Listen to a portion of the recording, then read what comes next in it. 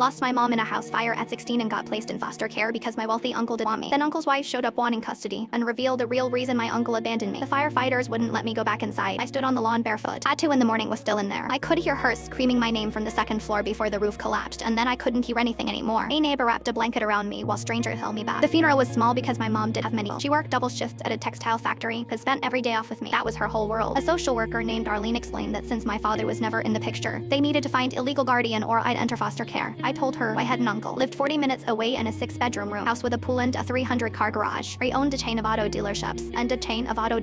Pauline drove a white Range Rover. We used to see them at holidays.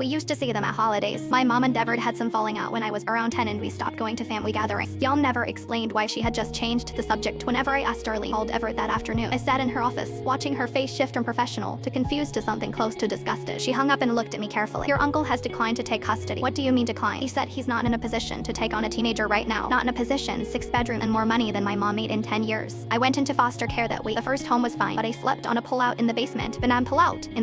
I went to a new school where nobody knew me and ate lunch alone every day. At night, I'd replay that sound. The roof collapsing. The silence. I got moved to a second home, then a third, each one more temporary than the last. I stopped unpacking my bag completely. That was the point. 7 months after the fire, Darlene called saying someone wanted to see me. I assumed it was a new placement. Polly walked into the office. My uncle's wife looked different from how I remembered, thinner. She'd been crying because her eyes were swollen and dry. She sat across from and did speak for a long time. Then she said I didn't know. Didn't know what? Didn't know what? Had Everett refused you. He told me you chose to stay in foster care, said you were angry at the family, and didn't want to live with us. My chest went tight. He said I chose this. I believed him for 7 months. I kept asking why you wouldn't come. You were adjusting. You needed space. You blamed us for not being closer to your mom. None of that is true. I know that now. She pulled a folder from her bag and signed with legal paper. Your mom had a life insurance policy. Pauline said quietly, $250,000. You were the sole beneficiary, but since you were a minor, the payout required a legal guardian to manage the fund. He pointed to a line on the document. Contacted the insurance company 3 days after the funeral. Told them he was your guardian. They sent the check to his address. He took my money.